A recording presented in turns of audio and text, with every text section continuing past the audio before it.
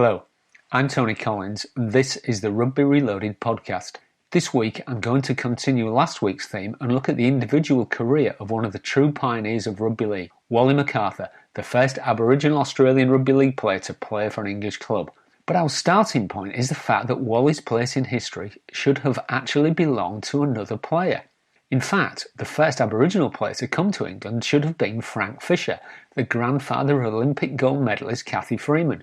King Fisher, as he was nicknamed in Queensland, played at standoff for Wide Bay against the 1936 British Lions. Lions captain Gus Risman was so impressed he told Frank that when he returned home to Salford, he would recommend that the club sign him.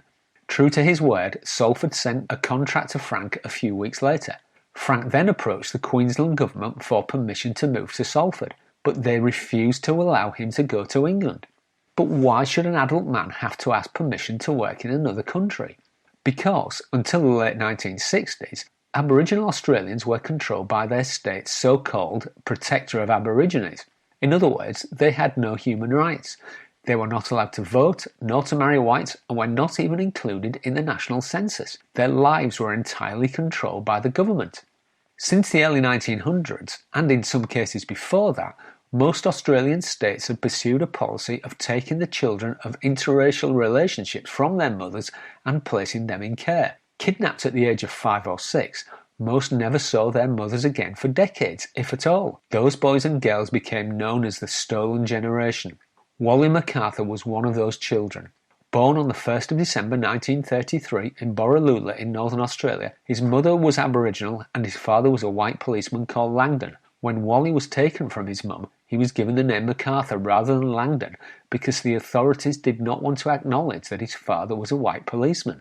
In 1988, Wally told John Pilger how he had been kidnapped. It was in a government car because only the government had cars at the time. The driver put me in the front seat with him and he drove around while I waved at my family. I'd never seen them since, you know. They were sitting around the campfire. They didn't understand what was happening. Wally was taken to a Church of England mission in Alice Springs. As a teenager, he was moved to Western Sydney and then on to the St Francis Mission House at Semaphore, a suburb of Adelaide in South Australia. It was in Adelaide that Wally's sporting career took off. In 1948, he ran the world's fastest 440 yards for his age, and in 1951 he became the South Australian Under-19 100 and 220 yards champion.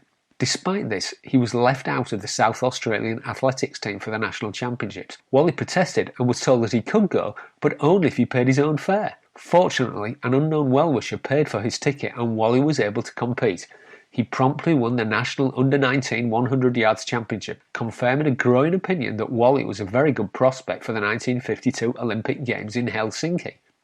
But he was not selected for the Olympics. At that time, no Aboriginal athlete had ever been chosen for an Australian Olympic squad, and this probably led Wally to conclude that he could have gone no further in the world of amateur athletics. So in 1953, he became a professional sprinter. He won his first 10 races, but then soon abandoned athletics to concentrate on his other great sport in love, rugby league. Wally had learned rugby league at Penrith High School and continued to play when the boys were moved to Adelaide. Although South Australia is one of the heartlands of Aussie rules football, in those days Semaphore had its own rugby league side, one of 5 clubs in the small South Australian Rugby League. One of 3 Aboriginal players in his team, Wally was voted the league's best and fairest player in 1952, so it was no surprise when rugby league scout Paul Quinn, a former Rochdale player working in Adelaide, signed him to play in England for Rochdale Hornets. In November 1953, Wally flew from Sydney Airport to join the club. When he arrived in Rochdale a few days later, his signing was described as almost unbelievable by the local press. He made his debut for Hornets on the 12th of December against Salford, playing on the right wing and scoring 3 goals. In August 1954, he started the new season with a bang by equalling the club record for most points in a match in the opening game against Blackpool, when he scored 3 tries and kicked 8 goals for a total of 25 points. These early months of the 1954-55 season were the high point of his Hornets career. He struggled for consistency in a poorly performing side. He was given a raw deal on the field of play, recalled Hornets supporter John Lang. The crowd expected too much of him. He was given the ball with no room to work in. It was a fault of those in charge of the team. Disillusioned by the way he had been treated by the club, in January 1915, Wally asked for a transfer and was set to join Warrington, the current league leaders and the previous season's Championship and Challenge Cup winners. The prospect of seeing Wally on the opposite wing to the immortal Brian Bevan was enough to make even non-Warrington fans salivate. But contract negotiations stalled, and instead Wally signed for Blackpool, who had only joined the league in 1954 and were looking for a headline name to boost their crowds. There was just one problem. While Warrington sat on top of the league table, Blackpool were rock bottom last, having won just 2 of their previous 24 matches. In hindsight, it was a complete mistake. Blackpool were struggling to attract spectators and couldn't afford to pay Wally the money they had promised him. Within 12 months, he had again requested a move, and the club transfer listed him at £1,500. Despite being dogged by niggling injuries and limited by the poor form of the club, Wally still managed to score 20 tries and 37 goals in his 2.5 seasons there. But in June 1957, Wally joined Salford, the club that had wanted to sign Frank Fisher in 1936. Although by then the Red Devils were a decidedly mid-table team, in his first season Wally scored 22 tries and kicked 73 goals. The first season at Salford were the best in Wally's career. But in September 1958, it seemed he would finally get his chance with a top club when Workington Town, who had been the previous season's runners-up in the Championship and the Challenge Cup final, bought him for £3,000. Sadly, Wally was let down by fate again. In his first season, the club crashed to 20th in the league, just 2 places above Salford. Even so, he still managed to score 15 tries and 18 goals. But in August 1959, he had become so frustrated at his bad luck with British clubs that he decided to go home, and he applied for a clearance certificate to play professional rugby league in Australia. However, Workington objected, and by October, Wally was back in Adelaide. He never received a clearance certificate and he never played top-flight rugby league again. Wally's career was over, but he had blazed a trail for dozens of other Aboriginal Australians to come and show their skills in Britain.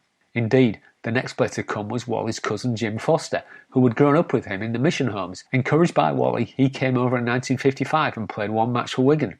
In 1967, future Kangaroo George Amberon spent a season at Bradford, scoring 15 tries before moving back to North Sydney. In 1968, Artie Beetson played 12 games for Hull KR before breaking a leg in the last ever Christmas Day derby match with Hull.